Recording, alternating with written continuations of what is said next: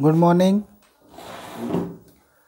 आज wave optics का lecture number 4 हम लोग पढ़ेंगे principle of superposition of waves. What do you mean bye superposition of waves? देखिए, हमारे इस एटमॉस्फेयर में 1 2 3 4 5 वेव्स तो है नहीं, there are so many waves. तो ये कई वेव्स जब आपस में मिलती है तो एक रिजल्टेंट वेव्स देती हैं। तो वो जो रिजल्टेंट वेव्स जो हमें मिली वो कई वेव्स के कारण मिली। तो उन वेव्स का सुपरपोजिशन हुआ है जिससे हमें वो एक नई रिजल्टेंट वेव्स मिली। तो हमें उसका प्रिंसिपल जानना है कि वो कैसे वर्क करता है। देखिए, when A number of waves travelling through a medium, मान लीजिए किसी मीडियम में बहुत सारी वेव्स ट्रैवल कर रही हैं, तो सुपरपोज ऑन ईच अदर, वो एक दूसरे पर सुपरपोज है। The resultant displacement at any point, जो रिजल्टेंट डिस्प्लेसमेंट हमें मिलेगा किसी पॉइंट पर एट गिवन इंस्टेंट, किसी टाइम पर, दिए गए टाइम पर, is equal to the vector sum of displacement. ये हमारे वेक्टर डिस्प्लेसमेंट के वेक्टर सम के इक्वल होगा due to individual waves at that point. ये जो रिजल्टेंट वेव हमें मिली है उसके लिए। अच्छा, इसको देखिए, समझना थोड़ा सा टफ हो गया। अब अगर इसको प्रैक्टिकली समझा जाए तो इस तरीके से समझा जा सकता है। जैसे मान लीजिए एक वेव है,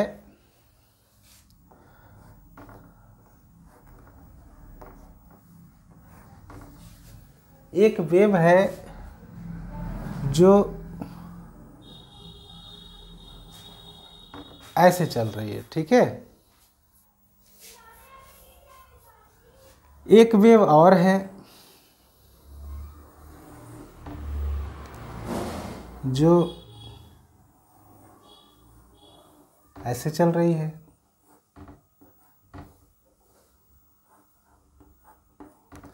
ठीक है। इस वेव का डिस्प्लेसमेंट 1 है। इस वेव का डिस्प्लेसमेंट कितना है? 1। ये देखिए, ऊपर 1 जा रही है, नीचे भी 1 तक जा रही है। वैसे ही ये जो वेव मिल रही है इसका डिस्प्लेसमेंट भी 1 है, मतलब मीन पोजीशन से 1 यूनिट ऊपर जा रही है, 1 यूनिट नीचे जा रही है। ये दो वेव्स आपस में क्या हो रही हैं? सुपरपोज हो रही हैं, ठीक है। ये दोनों वेव्स एक साथ चल रही हैं। दोनों वेव्स हमने बनाया अलग अलग है, इसलिए जिससे आप लोग समझ सकें। ये दोनों वेव्स एक साथ चल रही हैं, ऐसे करके दोनों वेव्स एक साथ चल रही हैं, लेकिन हमने अलग अलग बनाया है। अब ये दोनों वेव्स का हुआ क्या? सुपरपोज हुआ, ठीक है। तो सुपरपोज होने के बाद हमें एक रिजल्टेंट वेव मिलेगी, हमें एक रिजल्टेंट वेव मिलेगी। तो हम ये देख रहे हैं कि इसका डिस्प्लेसमेंट 1 है, 1 यूनिट, इसका डिस्प्लेसमेंट 1 है, ठीक है। जब इसका हमें हाईएस्ट पॉइंट मिल रहा है तो हमें इस वेव का भी हाईएस्ट पॉइंट मिल रहा है, मतलब क्रेस्ट। क्रेस्ट मतलब जिस टाइम पर हमको इस वेव का क्रेस्ट मिल रहा है उसी टाइम पर हमें दूसरे वेव का भी क्रेस्ट मिल रहा है। जिस टाइम पर हमको यहाँ पर वेव का ट्रफ पॉइंट मिल रहा है उसी टाइम पर हमें यहाँ पर भी वेव का क्या मिल रहा है? ट्रफ मिल रहा है। तो जब दोनों वेव्स सुपरपोज होती है, एक साथ चलती है, तो हमें एक रिजल्टेंट वेव मिलती है जिसका डिस्प्लेसमेंट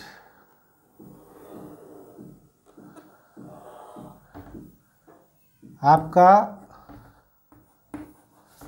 इन दोनों के डिस्प्लेसमेंट के एडिशन के बराबर होता है। ठीक है, इट मीन्स अगर इसका डिस्प्लेसमेंट y1 है, इसका डिस्प्लेसमेंट y2 है, तो दोनों का सम कर देंगे तो हमें इस वेव का डिस्प्लेसमेंट मिलेगा। ठीक है, तो इस तरीके से हमने जाना कि प्रिंसिपल ऑफ सुपरपोजिशन कहना क्या चाहता है। अब हम एक और डायग्राम से आपको समझाते हैं। मान लीजिए कि अब ऐसा नहीं हो रहा है, अब हो क्या रहा है,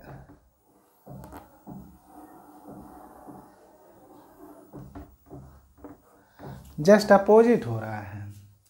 दोनों वेव्स सुपरपोज हो रही हैं, लेकिन जब हमें एक टाइम पर जब हमें क्रेस्ट मिल रहा है तो हमें यहाँ पर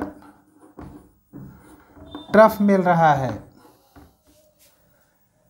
जिस टाइम पर हमको यहाँ पर ट्रफ मिल रहा है उस टाइम पर हमें दूसरे वेव का क्या मिल रहा है, क्रेस्ट। देखिए जब हम ऐसे जा रहे हैं ऊपर की तरफ तो इस वेव में नीचे की तरफ जा रहे हैं, और जब हम यहाँ नीचे जा रहे हैं तो इस फिगर में हम ऊपर जा रहे हैं। तो इस कंडीशन में ये जब दोनों वेव्स सुपरपोज करेंगी तो हमें यहाँ पर एक स्ट्रेट लाइन मिलेगी। दोनों वेव्स स्ट्रेट लाइन मिलेगी, कैंसिल आउट हो जाएंगी। ठीक है, मतलब इसका डिस्प्लेसमेंट और इसका डिस्प्लेसमेंट दोनों कैंसिल आउट हो जाएंगे and that is equal to 0। तो हमें ये जो रिजल्टेंट वेव मिला है, जो हमें रिजल्टेंट वेव मिला है, ये हमें एक स्ट्रेट लाइन मिलेगी। ठीक है, लेकिन कंडीशन कि इसका डिस्प्लेसमेंट और इसका डिस्प्लेसमेंट सेम हो तो, ठीक है, तभी हमें यहाँ पर स्ट्रेट लाइन मिलेगी। तो हमने जाना principle of superposition of waves. अब हम जानेंगे what is interference of waves.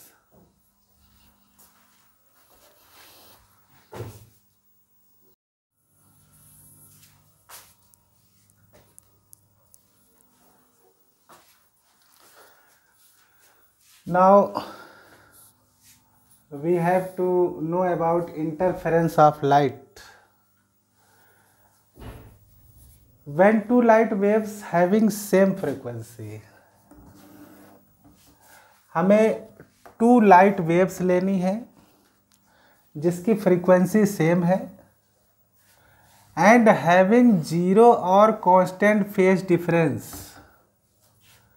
और जिसका फेज डिफरेंस या तो 0 हो या तो कांस्टेंट फेज डिफरेंस हो। इसको इस तरीके से समझ सकते हैं कि अगर ये जो वेव है और ये जो वेव है, दोनों वेव का फेज डिफरेंस 0 है, दोनों सेम है। अगर इन दोनों को एक दूसरे के ऊपर रख दिया जाए तो दोनों सेम है। लेकिन अगर एक वेव को हम थोड़ा सा छोटा बना दें और एक वेव बड़ा है तो इसका फेज डिफरेंस होगा लेकिन कांस्टेंट होगा। ठीक है, क्यों? क्योंकि ये जितना ऊपर बढ़ रहा है उतना ही नीचे भी जा रहा है ना। तो इस तरीके से हम ये जानेंगे कि हमारा फेज डिफरेंस सेम है, कांस्टेंट है। ठीक है, तो इसमें कंफ्यूज नहीं होना है। In the same direction superpose each other, ये दोनों वेव्स, ये जो 2 वेव्स है, दोनों वेव्स एक ही डायरेक्शन में जा रही हैं, दोनों की फ्रीक्वेंसी सेम है, दोनों का फेज डिफरेंस कांस्टेंट है, तो होता क्या है, the intensity in the region of superposition get redistributed. जो दोनों वेव्स का जो सुपरपोजिशन हुआ है उसके कारण हमें जो रिजल्टेंट वेव मिली, जो एक तीसरी वेव मिली, उसकी इंटेंसिटी कई पॉइंट पर मैक्सिमम होगी और कई पॉइंट पर मिनिमम होगी। ठीक है, इसको हमें ये जानना है। इंटेंसिटी, लाइट की इंटेंसिटी जो हमें रिजल्टेंट वेव मिला है, दो वेव्स के सुपरपोजिशन के बाद एक जो तीसरी वेव रिजल्टेंट वेव जो मिली है, उसकी इंटेंसिटी वो क्या है, वो लाइट वेव्स है। उस लाइट वेव्स की इंटेंसिटी कई पॉइंट पर मैक्सिमम होगी और कई पॉइंट पर मिनिमम होगी। What is intensity? इसको एक एग्जांपल से समझिए कि होता ये है कि अगर लाइट कमरे में जल रही है तो कमरे में उजाला होता है, इंटेंसिटी मैक्सिमम है। और अगर लाइट कमरे में नहीं है, अंधेरा रहता है, तो उस समय इंटेंसिटी मिनिमम होती है। तो इसको एक साइंटिस्ट थे थॉमस यंग,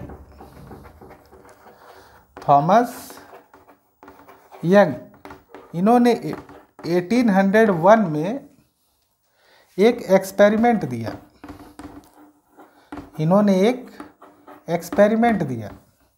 वो एक्सपेरिमेंट क्या था? इन्होंने एक सोर्स लिया। क्या source? What do you mean by a source? Huygens principle ने ये बताया है कि सोर्स क्या है? डिस्टरबेंस है, डिस्टरबेंस ऑफ लाइट। तो ये सोर्स क्या बनाएगा? वेव फ्रंट बनाएगा। क्या बनाएगा? वेव फ्रंट बनाएगा। इस सोर्स को हम यस मान लेते हैं और ये यस क्या है? मोनोक्रोमेटिक लाइट, मोनोक्रोमेटिक लाइट है। हमने किया क्या? हमने इसके पास में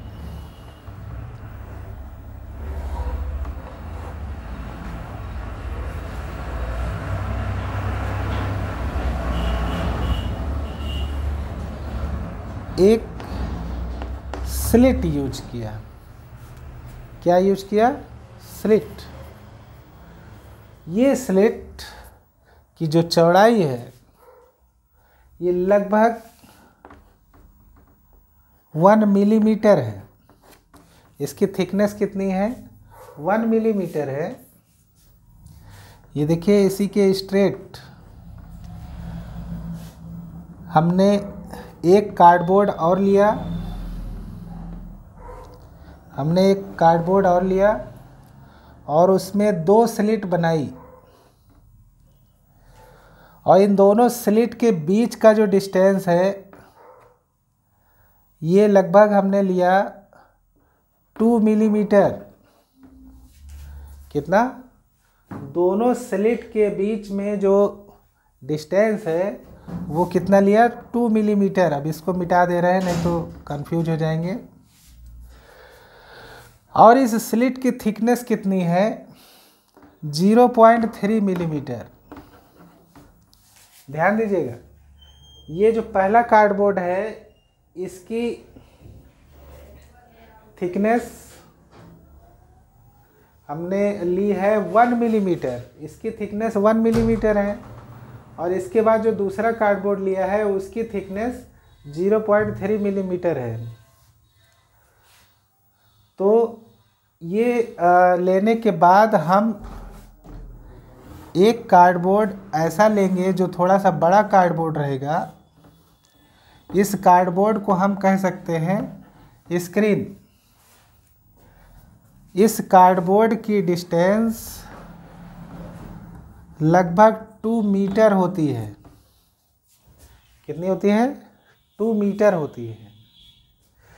तो जब इस सोर्स से लाइट यहाँ इस छोटे से छेद से पार होती है तो ये लाइट चारों तरफ से फैलेगी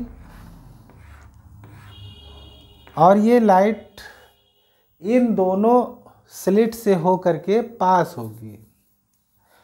और जब ये लाइट दोनों स्लिट से होकर के पास होगी, है ना, तो यहाँ पर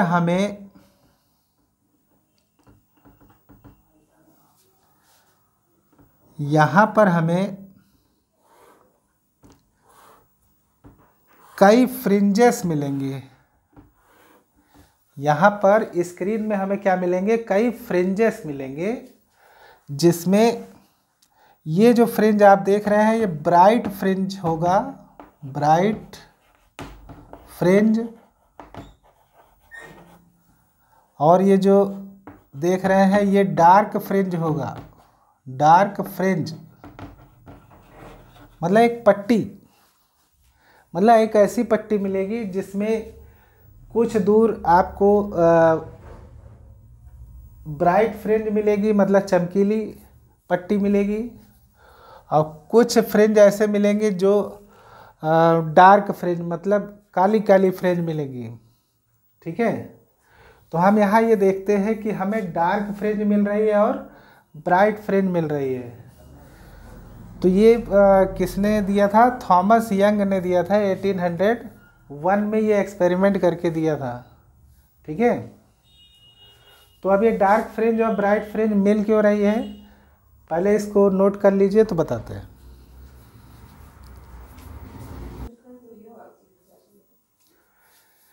तो ये देखिए, हमको ये जानना है कि डार्क फ्रिंज और ब्राइट फ्रिंज मिल क्यों रही है स्क्रीन पर। तो सबसे पहले हम ये जानेंगे कि जब किसी सोर्स से लाइट निकलती है तो अगर सामने एक स्लिट है तो ये स्लिट इसके आगे हमें ये न्यू सोर्स का काम करेगा, न्यू सोर्स ऑफ लाइट का काम करेगा। तो यहाँ से हमें कई वेव फ्रंट मिलेंगी। जब इस कार्डबोर्ड के आगे ये कार्डबोर्ड में 2 स्लिट बनी रहेगी तो हमारे पास लाइट के कितने सोर्स मिलेंगे? 2 सोर्स मिलेंगे। इसके बाद जो लाइट इंसिडेंट होगी, इसके बाद जो लाइट इंसिडेंट होगी तो वो 2 तरह की लाइट इंसिडेंट होगी। ठीक है, मतलब 2 तरह के लाइट वेव्स मिलेंगी और ये दोनों लाइट वेव्स का क्या होगा? सुपरपोजिशन होगा। ठीक, तो जब लाइट का सुपरपोजिशन होगा तो मैंने आपको ये बताया है कि इंटेंसिटी कई पॉइंट पर मैक्सिमम होगी और इंटेंसिटी कई पॉइंट पर मिनिमम होगी। तो जहाँ पर इंटेंसिटी मैक्सिमम है वहाँ पर आपको ब्राइट फ्रिंज मिलेगी, मतलब चमकीली पट्टी मिलेगी। जहाँ पर इंटेंसिटी मैक्सिमम है वहाँ पर ब्राइट फ्रिंज मिलेगी, और जहाँ पर इंटेंसिटी मिनिमम है वहाँ पर आपको डार्क फ्रिंज मिलेगी। यही होता है इंटरफेरेंस ऑफ लाइट। अब देखिए, हम ये जानते हैं कि यहाँ से जो लाइट वेव्स मिल रही हैं, कितनी लाइट वेव्स मिल रही हैं? 2 लाइट वेव्स मिल रही हैं। तो ये डार्क फ्रिंज जो हमें मिल रहा है, जो हमें डार्क फ्रिंज मिल रहा है वो क्यों मिल रहा है? जब एक लाइट वेव ऐसे जा रही है और दूसरी लाइट वेव ऐसे जा रही है। ठीक है, तो इस कंडीशन में हमें फ्रिंज कैसी मिलती है? डार्क। लेकिन ब्राइट कब मिलती है? ब्राइट तब मिलती है जब एक वेव जो ऐसे जा रही है दूसरी वेव भी ऐसे ही जाए,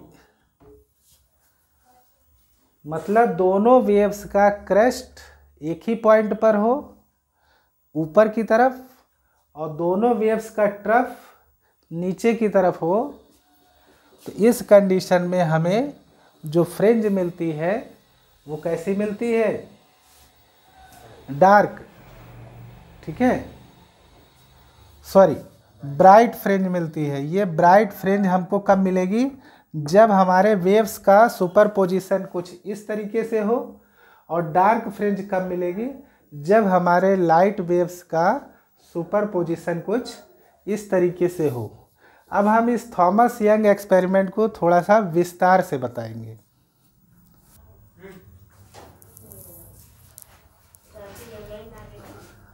अब देखिए थॉमस यंग का जो एक्सपेरिमेंट है उसको थोड़ा सा और अच्छे से समझा जाए। देखिए ये एक बोर्ड है जिसमें एक स्लिट है और ये एक बोर्ड है जिसमें दो स्लिट है, ठीक है। इसका नाम हम दे रहे हैं S1 S2। What is this? This is yes, ये सोर्स ऑफ लाइट है। तो ये एक तरीके से इल्यूमिनेट्स लैंप होता है जो लाइट वेव्स को in the form of wave front produce करता है। तो यहाँ पर देखिए ये वेव फ्रंट तैयार हो रहे हैं, जैसा कि हमने पढ़ा था हाइगेंस प्रिंसिपल में। तो इसमें दो तरह के वेव फ्रंट तैयार हो रहे हैं। एक आपका सॉलिड कर्व है और एक डॉटेड कर्व है। सॉलिड कर्व और डॉटेड कर्व हमने बनाया क्यों? देखिए कोई भी वेव जो होती है वो कुछ इस तरीके से बनती है ना। तो वेव में हम क्या देखते हैं कि क्रेस्ट ऊपर बनता है, ट्रफ नीचे बनता है। तो जो सॉलिड कर्व है वो रिप्रेजेंट क्या कर रहा है? Crest of the wave. और जो डॉटेड कर्व है वो क्या रिप्रेजेंट कर रहा है? Trough of the wave. तो अब इसको कंफ्यूज नहीं होना है। ये वेव फ्रंट है और ये वेव फ्रंट, वेव के क्रेस्ट को हम लोग रिप्रेजेंट करेंगे सॉलिड कर्व से और वेव के ट्रफ पॉइंट को हम रिप्रेजेंट करेंगे डॉटेड कर्व से। तो जब यहाँ से लाइट पास होगी स्लिट से, तो यहाँ हम देख रहे हैं देयर आर टू स्लिट्स। तो ये दोनों स्लिट पर ये न्यू सोर्स ऑफ लाइट की तरह वर्क करना स्टार्ट करेगा। तो हम लोग क्या देखते हैं, क्या यहाँ पर वेव फ्रंट नहीं बनेगा? वेव फ्रंट तो बनेगा ही। तो देखिए सबसे पहले हम लोग करते हैं सॉलिड कर्व बनाते हैं। सबसे पहले बनाएंगे सॉलिड कर्व, इसके बाद क्या बनाएंगे? डॉटेड कर्व, इसके बाद बनाएंगे डॉटेड कर्व और आप इधर भी बनाएंगे डॉटेड कर्व। इसके बाद बनाएंगे सॉलिड कर्व,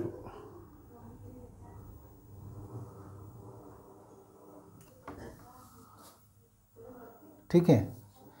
और यहाँ पर भी बनेगा सॉलिड कर्व। एक बार सॉलिड कर्व, एक बार डॉटेड कर्व, एक बार सॉलिड कर्व, एक बार डॉटेड कर्व। तो ये डॉटेड कर्व इसके बाद बनेगा।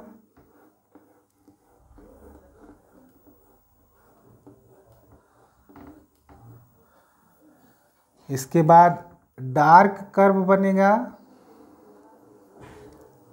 मतलब सॉलिड कर्व बनेगा। फिर इसके बाद डॉटेड बनेगा। ये आप लोग कंपास से बनाएंगे और इस चीज़ का ध्यान रखेंगे कि इनके बीच की डिस्टेंस सेम होनी चाहिए। अब देखिए यहाँ पर भी हम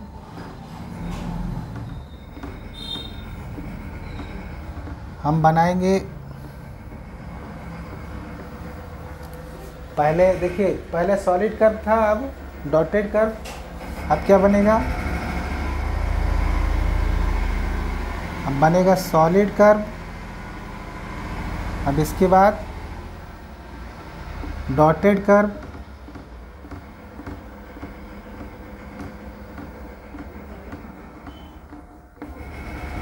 इसके बाद सॉलिड कर्व। तो देखिए इस तरीके से हमने बनाया।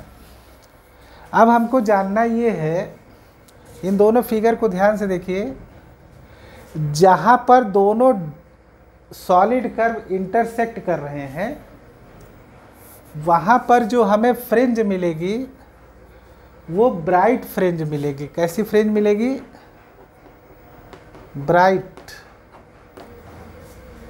जहाँ पर दोनों सॉलिड कर्व मिलेंगे या दोनों डॉटेड कर्व मिलेंगे, दोनों कर्व डॉटेड हो या दोनों कर्व सॉलिड कर्व हो, तो उस कंडीशन में जो हमें फ्रिंज मिलेगी वो कैसी मिलेगी, ब्राइट। और वहाँ पर इंटेंसिटी कितनी होगी, मैक्सिमम। हमें जो फ्रिंज मिलेगी वो चमकदार मिलेगी। अब इसके बारे में जानिए, जहाँ पर हमें एक कर्व सॉलिड मिले और एक कर्व डॉट मिले और वो इंटरसेक्ट हो, तो इस कंडीशन में हमें जो फ्रिंज मिलेगी वो कैसी फ्रिंज मिलेगी, डार्क फ्रिंज मिलेगी। और वहाँ पर इंटेंसिटी क्या होगी, मिनिमम होगी। तो अब हम एक काम करते हैं, इस फिगर में हम लोग देखते हैं कि कहाँ पर हमें पहले हम ब्राइट की बात करते हैं, ठीक है। देखिए ब्राइट कहाँ मिल रही है, ध्यान दीजिए। ब्राइट हमें मिल रही है यहाँ पर, मिल रही है, ये देखिए ब्राइट। यहाँ पर ये डॉट और ये भी डॉट है। अच्छा, ब्राइट हमें यहाँ भी मिल रही है, देखिए ये डार्क है, ये भी डार्क है, ठीक है। अब यहाँ पर बेटा मिल रही है हमें डार्क फ्रिंज मिल रही है। क्यों, क्योंकि ये वाली लाइन डॉटेड है और ये वाली लाइन डार्क है। और यहाँ पर भी हमें डार्क फ्रिंज मिलेगी, यहाँ पर भी हमें डार्क मिलेगी। अब देखिए इधर आपको ब्राइट मिलेगी। ब्राइट मतलब इस पॉइंट को समझिएगा, जहाँ पर आपको दोनों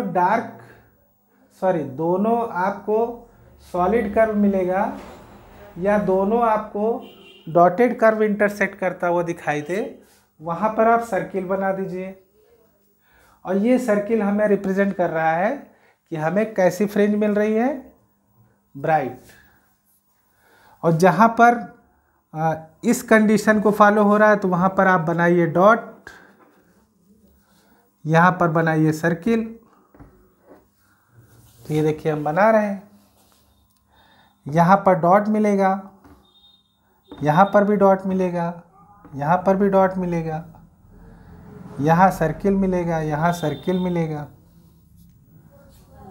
यहाँ पर भी सर्किल मिलना चाहिए। बनाया नहीं है लेकिन मिलना चाहिए। यहाँ पर सर्किल मिलेगा, यहाँ पे डॉट मिलेगा, यहाँ पे डॉट मिलेगा और यहाँ पर सर्किल मिलेगा, यहाँ सर्किल मिलेगा, यहाँ सर्किल मिलेगा, यहाँ डॉट डॉट। तो हम लोग देख क्या रहे हैं, यहाँ डॉट, यहाँ डॉट, यहाँ पर भी डॉट, यहाँ पर भी डॉट। अगर हम यहाँ पर एक स्क्रीन ले लेते हैं, यहाँ पर क्या ले लेते हैं, स्क्रीन ले लेते हैं, तो हम ये देखते हैं, ये भी टच हो, इस लाइन को अगर सीधा मिलाया जाए तो वो स्क्रीन में यहाँ मिलेगा। तो यहाँ पर जो हमें मिलेगा वो कैसा फ्रिंज मिलेगा? डार्क। ये कैसा फ्रिंज मिलेगा? डार्क।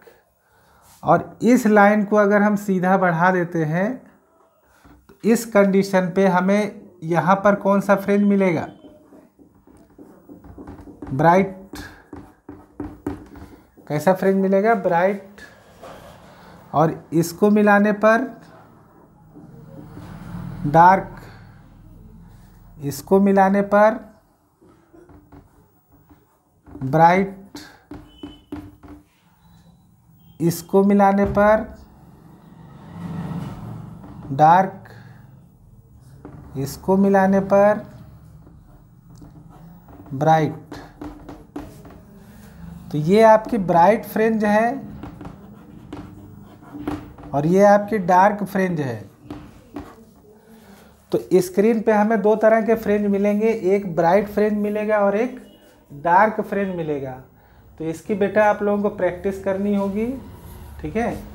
और ये जो हम वेव फ्रंट बना रहे हैं कंपास से यूज करेंगे तो बहुत सही बनेगा। कंपास में डिस्टेंस हमको सेम डिस्टेंस लेकर के डायमीटर को बढ़ाते जाना है, रेडियस को हमें बढ़ाते जाना है। एक नया आर्क जब मिलेगा तो उस आर्क में ये चीज़ ध्यान रखना है कि एक बारी हमको सॉलिड कर्व लेना है और एक बारी डॉटेड कर्व लेना है, ठीक है। तो ओके, थैंक यू।